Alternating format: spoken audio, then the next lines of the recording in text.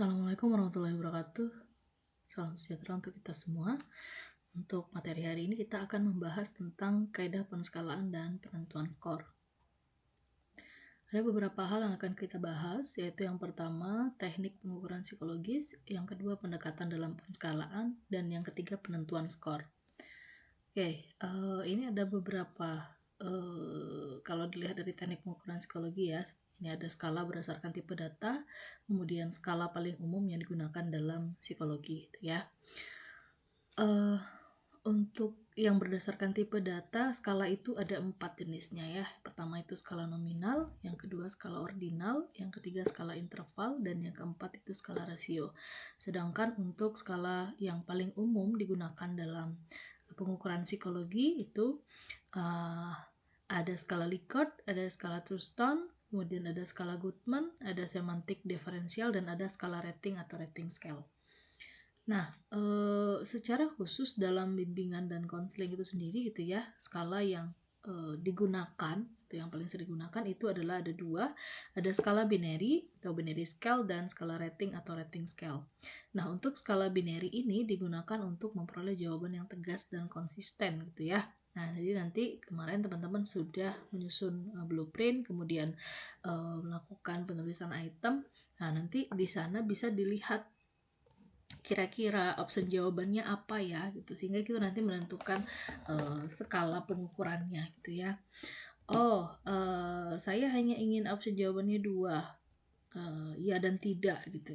Jadi tidak ada option kalau misalnya apakah orang itu sesuai atau tidak sesuai, atau iya atau tidak gitu ya, benar atau salah dan lain-lain. Nah, untuk skornya itu sendiri nanti menghasilkan binary score gitu ya, 0 sampai 1. Misalnya 1 itu untuk benar, 0 itu untuk salah gitu. Nah, kemudian untuk skala rating atau rating scale ini merupakan berupa satu set pernyataan kategori yang menyatakan sikap, kepuasan, atau persepsi tentang sesuatu ya. Menghasilkan gradasi pilihan jawaban yang majemuk gitu. Skala rating ini ada beberapa ya. Contohnya salah satu itu adalah skala Likert gitu. Jadi ciri khas dari skala rating atau rating scale ini adalah menghasilkan beberapa pilihan jawaban yang majemuk. Artinya tidak hanya kalau tadi skala binary itu terbatas hanya 2 saja, iya dan tidak gitu ya. Kalau di rating scales itu lebih dari 2 gitu. Artinya 4, 5 gitu ya. Misalnya yang kayak seminggu lalu saya singgung gitu ya, atau saya jelaskan sedikit, ada bisa sangat sesuai gitu ya, sangat sesuai, kemudian sangat sesuai, sangat tidak sesuai gitu ya, atau sangat setuju sampai setuju gitu. Nah, itu bisa 4 atau 5 gitu ya opsi jawabannya gitu. Nah, kita akan membahas lebih lanjut mengenai penjelasan masing-masing skalanya tadi ya. Yang pertama ada skala Likert. Apa sih makna dari skala Likert ini gitu ya? Jadi skala Likert ini adalah skala bipolar. Skala bipolar itu artinya memiliki 2 arah kutub, negatif dan positif gitu ya. Kalau kemarin kita bahas tuh ada pernyataan unfavorable, ada pernyataan favorable gitu ya. Nah, itu maksudnya favorable itu yang mendukung yang mendukung konstruk atribut gitu ya, pernyataan, sedangkan untuk yang unfavorable itu yang bertentangan dengan pernyataannya gitu ya. Nah, skala Likert ini digunakan untuk mengukur sikap atau attitude gitu ya.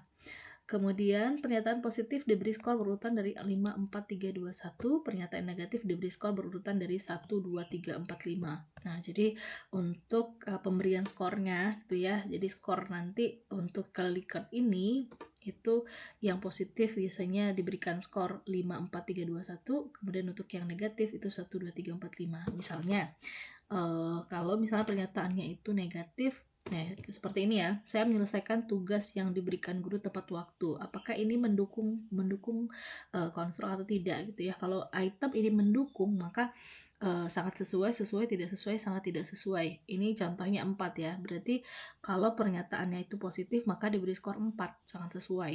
Nah, sangat sesuai itu nanti untuk penskorannya itu dikasih nilainya 4 ya. Terus kalau untuk sesuai itu 3, tidak sesuai itu 2, sangat tidak sesuai itu 1. Sangat tidak sesuai berarti kan ya, karena tadi maknanya pernyataannya positif ya. Berarti kalau negatif itu kebalikannya gitu. Misalnya saya mengumpulkan tugas tidak tepat waktu, misalnya begitu. Maka berarti itu pernyataannya negatif kan. Sangat tidak sesuai itu skornya 4. Nah, jadi sangat sesuai itu skornya 1, 1, 2, 3, 4. Kebalikan dari yang pertanyaan positif tadi itu ya. Nah, kemudian untuk skala Goodman. Nah, ini skala Goodman jenisnya tadi skala binari ya, menggunakan data ordinal sebagai pilihan responnya, pencetusnya ada Lewis Goodman. Nah, tujuan dari skala Goodman ini adalah untuk memperoleh jawaban secara tegas gitu ya. Saya merasa, contohnya nih, saya merasa disayang orang tua, iya atau tidak gitu ya. Jadi tegas kan jawabannya kan gitu. Enggak, kalau tadi skala Likert tuh ada 4 gitu. Kemudian mengukur sikap, keyakinan, atau perasaan. Jadi ya skala Goodman ini juga bisa digunakan untuk mengukur sikap, keyakinan, atau perasaan gitu ya. Nah, untuk penskorannya iya itu sama dengan 1, tidak itu sama 0 gitu. Kemudian skala Thurston. Nah, skala Thurston ini menempatkan sikap seseorang pada rentang kontinum dari yang sangat favorable hingga sangat unfavorable. Ya, pencetusnya adalah Thurston ya. Sesuai dengan namanya skala Thurston, berarti pencetusnya adalah Thurston. Kemudian nilai 1 berarti sangat relevan, nilai 11 berarti sangat tidak relevan. Ini contohnya ya. Itu ada item favorable 1, 2, 3, 4, 5, 6, 7, 8 itu dikatakan netral, 9, 10, 11 itu unfavorable gitu. Kemudian ini semantik diferensial atau SD, pencetusnya adalah Charles Osgood, Suci, dan Tenbaum, menekankan semantik aspek pada sebuah kata gitu ya. Nah, semantik diferensial ini adalah penyempurnaan dari skala Likert yang tidak mampu menjangkau respon yang bersifat multidimensi gitu ya. Terus responnya ini berupa pasangan kata sifat atau adjektif ya yang membentuk kontinum bipolar. Berarti membentuk dua kutub arah tadi ya. Kemudian stimulus berupa kata, bisa benda, orang, atau profesi itu ya. Nah, ini contohnya bertanggung jawab, tidak bertanggung jawab, memberi kepercayaan, atau mendominasi. Nah, nanti kita diminta untuk memilih mana nih skala dari kontinum 1 sampai 7 gitu ya. Apakah nanti jawabannya 7 berarti itu menandakan bahwa kita itu merasa kita sangat bertanggung jawab orangnya gitu ya. Kalau kita pilih 1 berarti kita merasa bahwa tidak bertanggung jawab gitu. Kalau di tengah-tengah untuk jawaban 4 itu ya, itu berarti di tengah-tengah kita berasa ya kadang bertanggung jawab, kadang tidak bertanggung jawab gitu ya. Nah, kemudian skala rating atau rating scale. Ini skala rating atau rating scale ini berupa data kuantitatif atau angka yang kemudian diinterpretasikan dalam pengertian kualitatif. Nah, dalam skala rating ini yang ditekankan itu adalah kemampuan menerjemahkan alternatif jawaban yang dipilih responden. Misalnya, ini contohnya ya, aspek yang dinilai itu 1, kesiapan menyampaikan materi, skornya 1, 2, 3, 4, 5. Jadi ketika kita melihat orang menyampaikan, misalnya ya dalam teman-teman nih menyampaikan tugas gitu ya, tugas presentasi, nanti saya akan melihat dari aspek yang dinilai itu, misalnya kesiapan menyampaikan materi, akan saya berikan skor 1, 2, 3, 4, 5. Kalau 5 itu berarti sangat siap ya gitu. Jadi berapa skor untuk kesiapannya dari skala 1 sampai 5 tadi gitu. Apakah 3? Berarti kalau 3 tuh tengah-tengah lah ya gitu.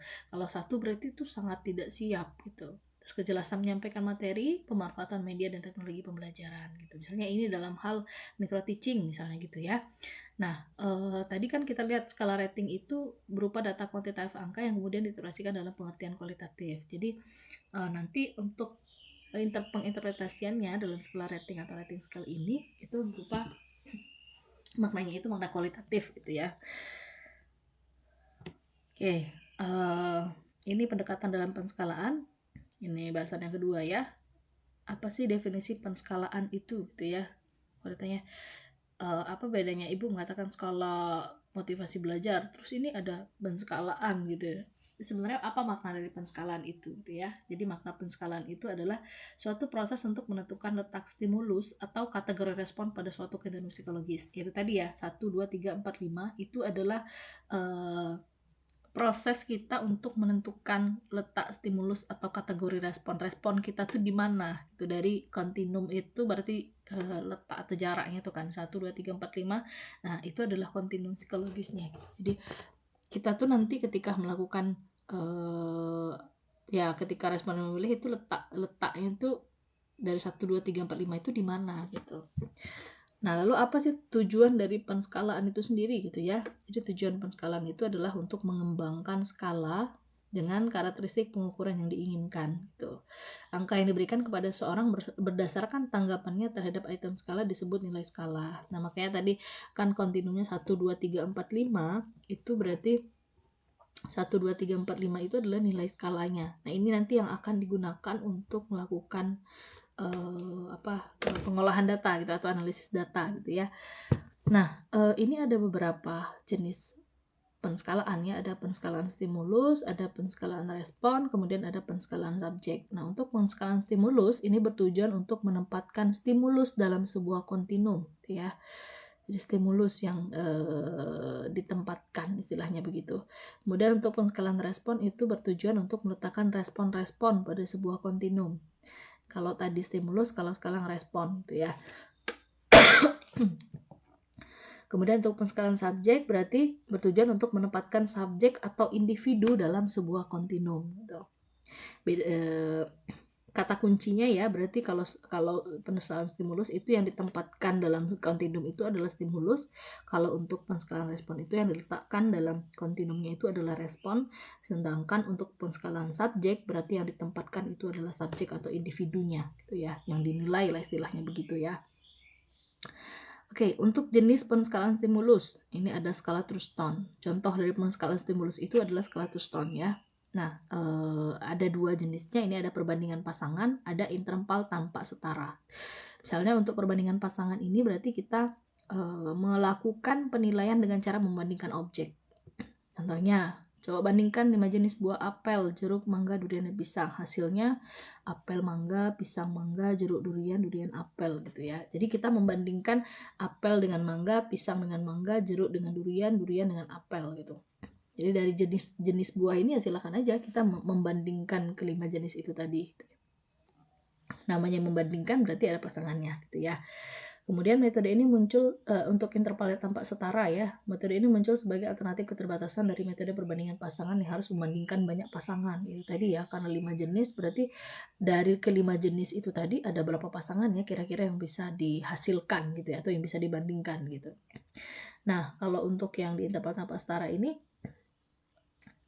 instruksinya itu misalnya ya, subjek diminta untuk menilai masakan sesuai dengan atribut kelezatan. Atau tadi, dari kelima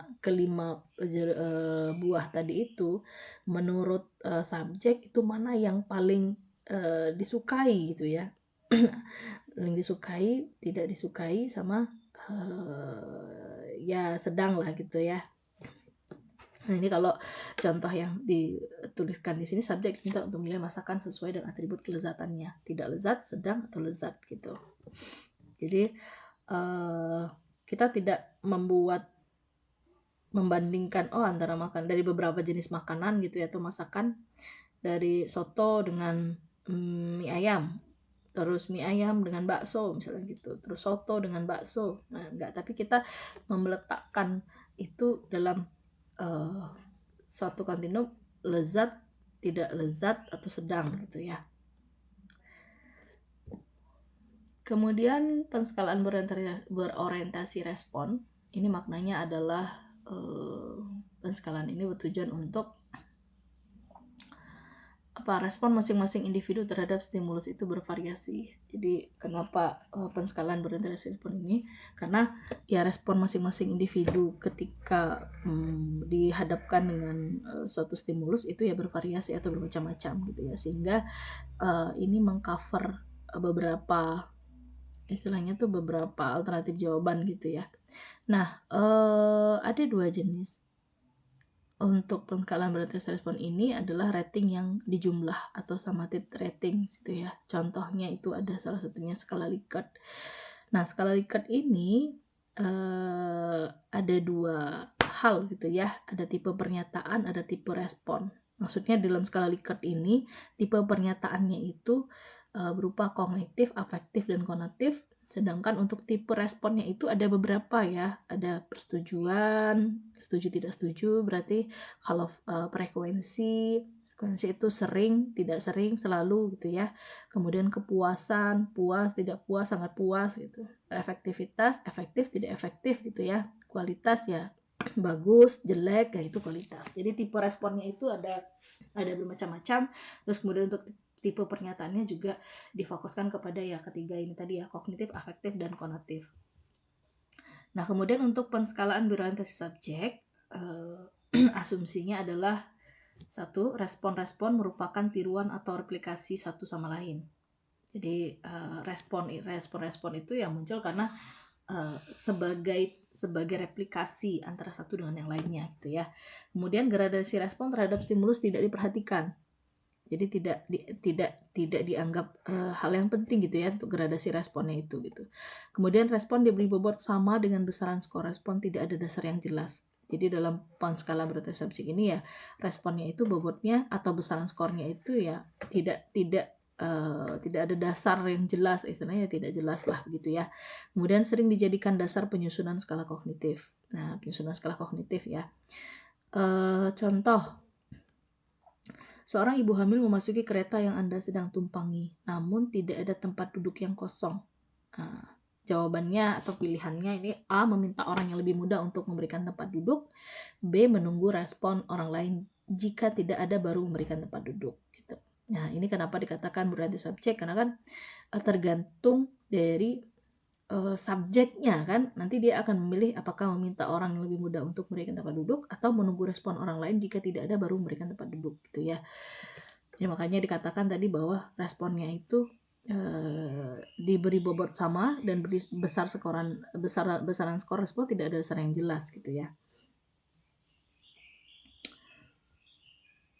Oke, ini kita masuk ke penentuan skor. Di penentuan skor ini apa sih itu skor gitu ya? Di sana saya jelaskan bahwa skor itu adalah angka yang memiliki makna kuantitatif yang didapatkan dari hasil pengukuran.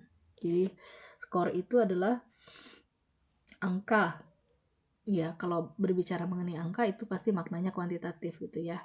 Nah, angka itu didapatkan dari hasil pengukuran. Tapi tidak semua angka itu adalah skor gitu ya. Jadi 1, 2, 3 pas kita ngeliat angka gitu ya, itu kita sudah mengatakan oh itu skornya enggak gitu ya. Nah, secara lebih lanjut kita akan mengenal, kalau tadi di awal saya katakan ada skala itu ada skala nominal, ada skala ordinal, ada interval, ada rasio. Ini kaitannya dengan data yang dihasilkan gitu ya. Misalnya untuk nominal, itu angka hanya sebagai identitas gitu ya. Misalnya jenis kelamin perempuan dan laki-laki diberikan angka 1 untuk perempuan, 2 untuk laki-laki. Nah, itu bukan menunjukkan suatu kalau perempuan itu nilainya 1, kalau laki-laki itu nilainya 2, tidak. Itu bukan skor, tapi itu hanya pengkodean gitu ya, atau kode kayak gitu. Hanya untuk mengklasifikasi perempuan berapa jumlahnya, misalnya laki-laki berapa jumlahnya gitu. Tapi 1 dan 2 itu tadi ya hanya kode saja, bukan sebagai skor gitu. Kemudian ada data ordinal, angka menunjukkan sebuah peringkat. Ya, tapi maknanya juga bukan skor gitu ya. Misalnya juara 1, 2, 3. 1, 2, 3 itu bukan merupakan skor. Kalau 1 itu skornya misalnya 100, 2 itu 300 misalnya gitu ya. Jadi untuk data dari hasil data nominal atau skala nominal dan ordinal itu merupakan bukan skor. Karena apa? Karena sifatnya itu berupa data kategorik gitu ya. Kemudian yang berikutnya interval, angka yang memiliki nol mutlak dan memiliki jarak antar jenjang. Kemudian rasio, angka yang memiliki angka nol mutlak. Nah, dari data hasil skala interval dan skala rasio ini itu menghasilkan data numerik.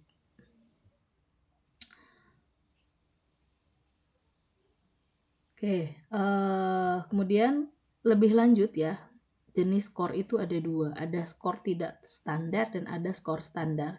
Nah, untuk skor yang tidak terstandar ini, itu artinya atau maknanya belum memiliki acuan interpretasi, sehingga tidak tahu kategori tinggi atau rendah, gitu ya.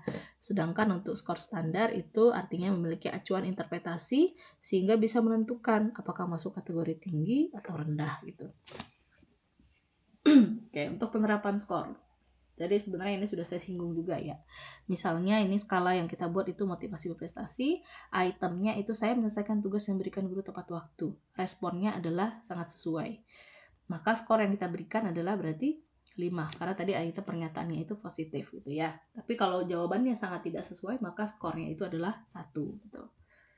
Oke, baik, itu saja yang bisa saya jelaskan. Jika ada pertanyaan, kita lanjutkan di grup WhatsApp atau di LMS ya. Terima kasih. Assalamualaikum warahmatullahi wabarakatuh.